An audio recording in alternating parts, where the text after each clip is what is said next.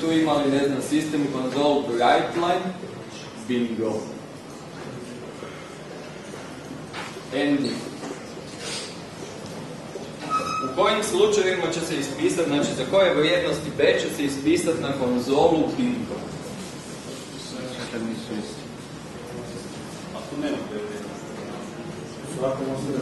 Ako nema B, ne.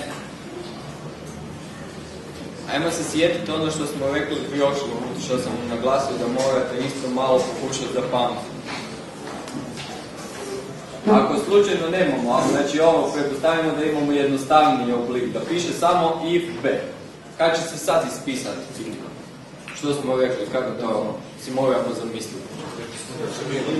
Da je različito od nula, je tako? Se slažete? Znači moramo se zamisliti ovo tu kao različito od nula. Znači, jer nešto, neka vrijednost je logička istina, ako je različita od nule, a ta vrijednost, ako je ta varijabla, ta vrijednost jednaka nuli, onda je to predstavlja logičku laž. Ok, sada uvodimo taj not, šta bi to značilo?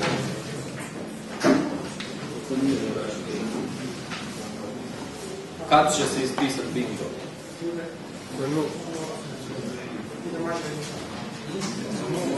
Kad je jednako nula, i samo kad je jednako nula, pa ajmo razmisliti.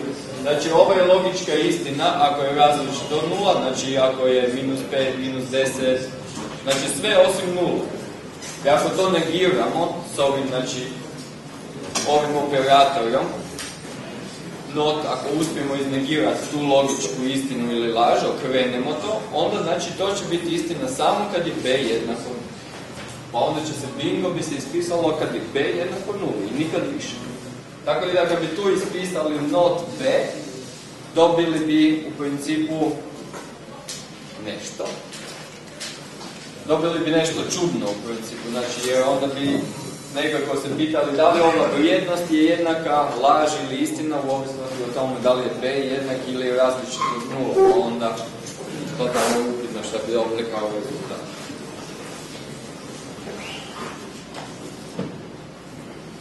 Ok.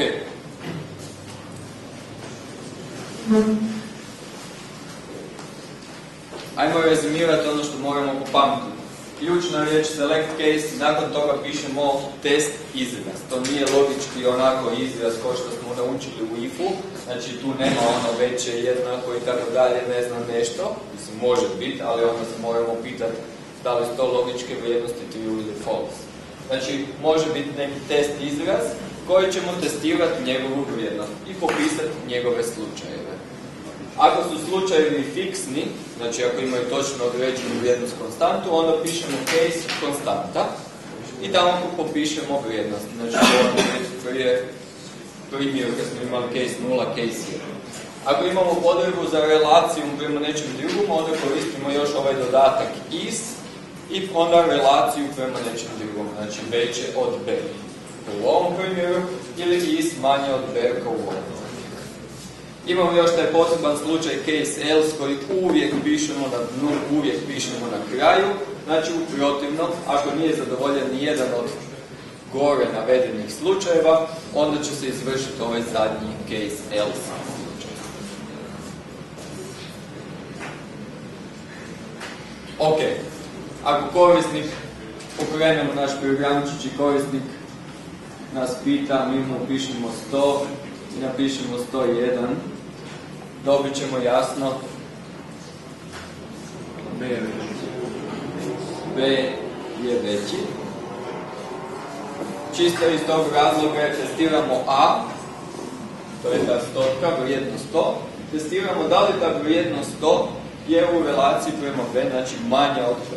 Ako je, onda ispisujemo B. Znači, to je ovaj slučaj je zadovoljen, ovaj nije zadovoljen. Pošto je ovaj zadovoljen, znači dosta jasno case else neće biti izvršen. Ako se napiše 100 i 100, jednak.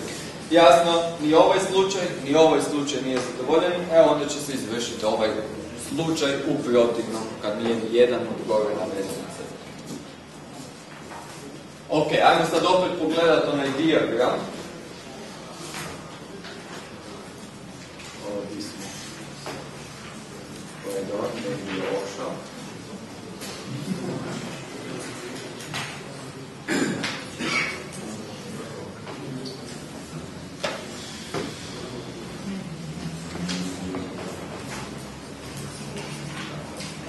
Select case, test, expression, odnosno taj izraz koji ćemo testirati, to nam je ovdje tu. I onda imamo popisani slučaj. Slučaj 1, slučaj 2, slučaj 3, slučaj 4, 5, koliko god hoćemo i možemo imati ovaj zadnji case, else slučaj. Kad je zadovoljen neki slučaj, izvršavaju se prigodne naredbe koje slijede jasno od tog slučaja. Ako slučajno nijedan od ovih slučajeva nije zadovoljen, izvršava se ovaj case else slučaj i završava se sa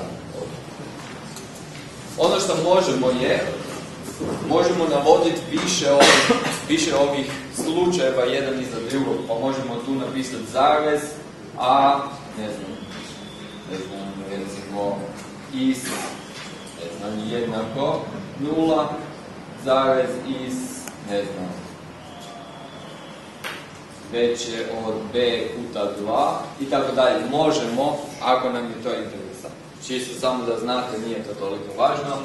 Za početak, znači sad je najvažnije da razumijete taj osnovni oblik te strukture i da pokušamo kroz laboratorijske vježbe isprobati i ispisati par takvih zadataka kako bi isprobali i izvježbali tako neku pismenu ovakvih struktura. Jako često studenti griješe prilikom pisanja ove strukture. Ne znam zašto, ali nekako valjda ne uspiju zapamtiti kako se piše ta struktura.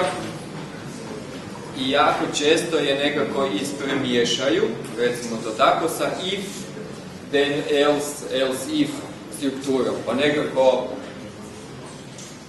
najčešće nešto naprave, select case A i onda tu nekako umjesto slučajeva, onda tu napišu neki if, nešto A je veće od B, nešto, znači izmiješaju jednu i drugu. To su dvije odvojene strukture, jedna nema veze sa drugom. Znači imamo if then else strukturu, koja je jedna struktura odluke koju smo naučili do sada, imamo ovu drugu strukturu koja se zove select case strukturu odluke.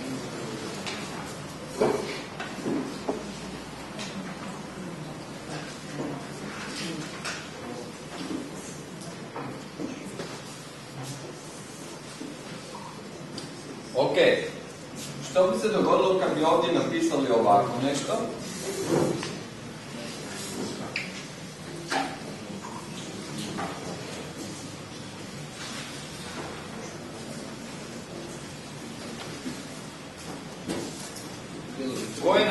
Koje slučajeve bi mogli testirati u ovakvom, za ovakav testni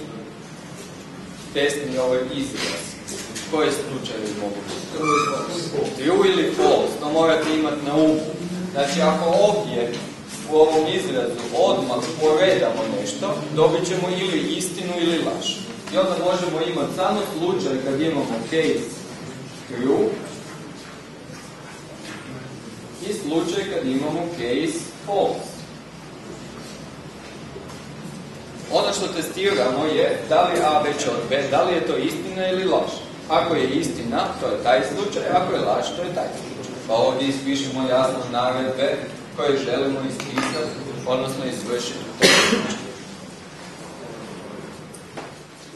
Ako imamo jasno nešto drugo, na primjer kao u onom primjeru kad smo imali A minus B, znači to je sad vrijednost. Oduzeli smo od 100, smo oduzeli 100, dobili smo vrijednost 0, pa je onda to vrijednost, jasno nisu sad to više true ili false, nego je to neka određena vrijednost. Case 0, case 1, case 2 i tako dalje, recimo mogu ih raspisati, zavisi što nam treba i što želimo odlučiti ovdje.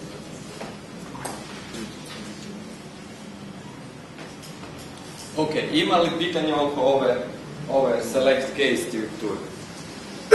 Kako vam to izgleda? Zamršeno, a?